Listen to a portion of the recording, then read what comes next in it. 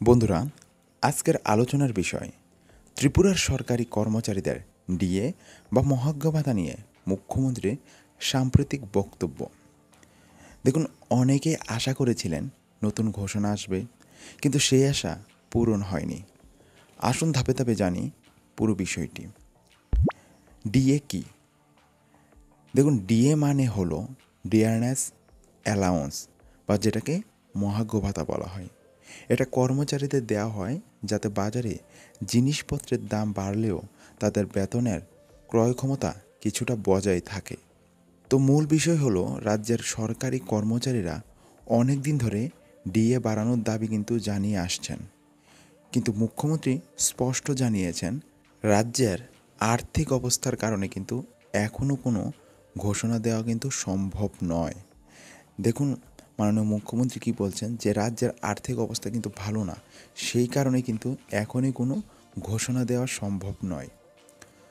তো কেন এত দেরি হচ্ছে, এটা সবার মনে একটা প্রশ্ন জাগছে। দেখুন, দেরি হচ্ছে কেন? ডিএ বাড়ানোর জন্য কিছু ধাপ অনুসরণ করতে হয়।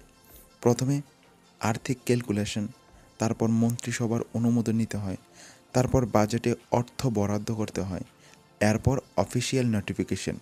এই প্রক্রিয়ার জন্যে কিন্তু দেরি হয়। তো আমরা যদি কেন্দ্র বনাম রাজ্যের সাথে তুলনা করি, দেখুন, কেন্দ্রীয় কর্মচারীরা নিয়মিত ডিএ পাচ্ছেন, কিন্তু রাজ্যের কর্মচারীরা প্রায় 22 মাস কিন্তু পিছিয়ে আছেন। এতে ডিএর ফারাক দাঁড়িয়েছে প্রায় 58%। তো এতে কর্মচারীদের উপর কেমন প্রভাব পড়বে বা পড়ছে? দেখুন, ডিএ না বাড়লে কর্মচারীদের পরিবারের বাজেটে চাপ পড়ে। বাজারের দাম বাড়লেও বেতন একই থাকায় ক্রয় ক্ষমতা কিন্তু কমে যায়। এতে কিন্তু হতাশা বাড়ে। তো ভবিষ্যতের কি সম্ভাবনা রয়েছে, যে ভবিষ্যতে ডিএ কবে বাড়বে? দেখুন, মুখ্যমন্ত্রী ইঙ্গিত দিয়েছেন যে যখন রাজ্যের আর্থিক অবস্থা উন্নত হবে তখন সরকার এ নিয়ে সিদ্ধান্ত নেবে। তবে কবে নেবে তা কিন্তু স্পষ্ট করে বলেনি। তো তাহলে দেখা যাচ্ছে সরকারি কর্মচারীদের ডিএ নিয়ে এখনও অনিশ্চয়তাই রয়েছে।